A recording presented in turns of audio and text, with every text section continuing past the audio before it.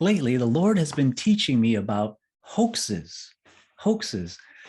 A hoax is something intended to deceive or defraud. And I learned it actually comes from the word hocus.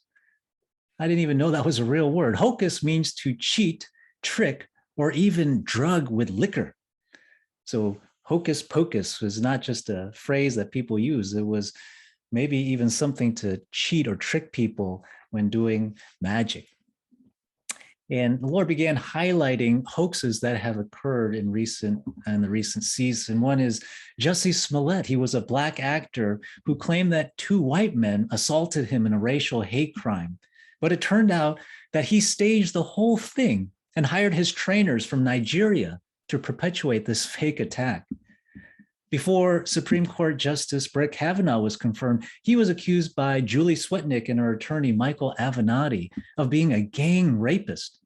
Those allegations proved to be false in an attempt to prevent him from replacing Anthony Kennedy's seat on the bench.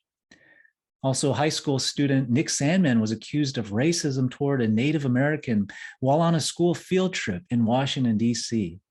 Even though the video evidence was clear, many media outlets still perpetuated the false narrative and paid out millions to settle the defamation lawsuits. Under the previous administration, there was constant accusations of Russian collusion, with millions of dollars of investigations spent producing zero evidence to such claims, all in an attempt to destroy and remove a sitting president of the United States.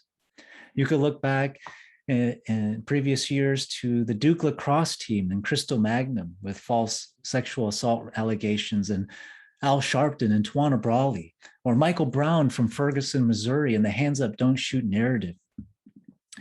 There's so many hoaxes that have been going on. And it's been said the problem with deception is that you don't know you are being deceived.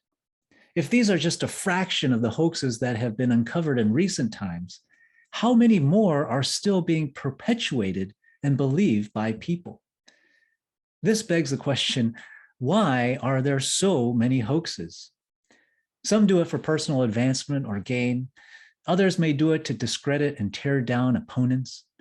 There are many reasons why people lie, cheat, and deceive. But Jesus gives a sobering answer to this question in John 8.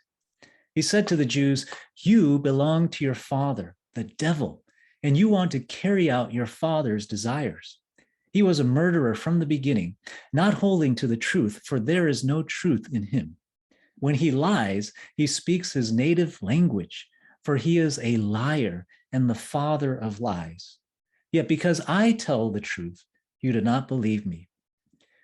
Jesus would later say to Pilate, "The reason I was born and entered into the world is to testify to the truth.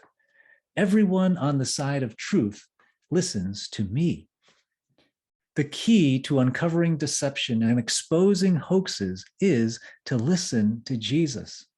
He said, "If we abide in his word, then we are his disciples, and we shall know the truth, and the truth shall set us free."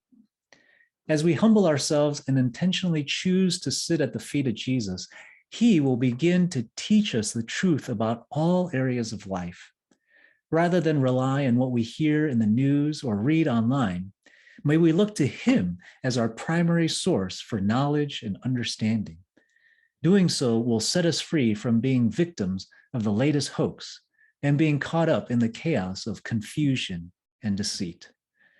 Bless you to hear his voice and be taught by him.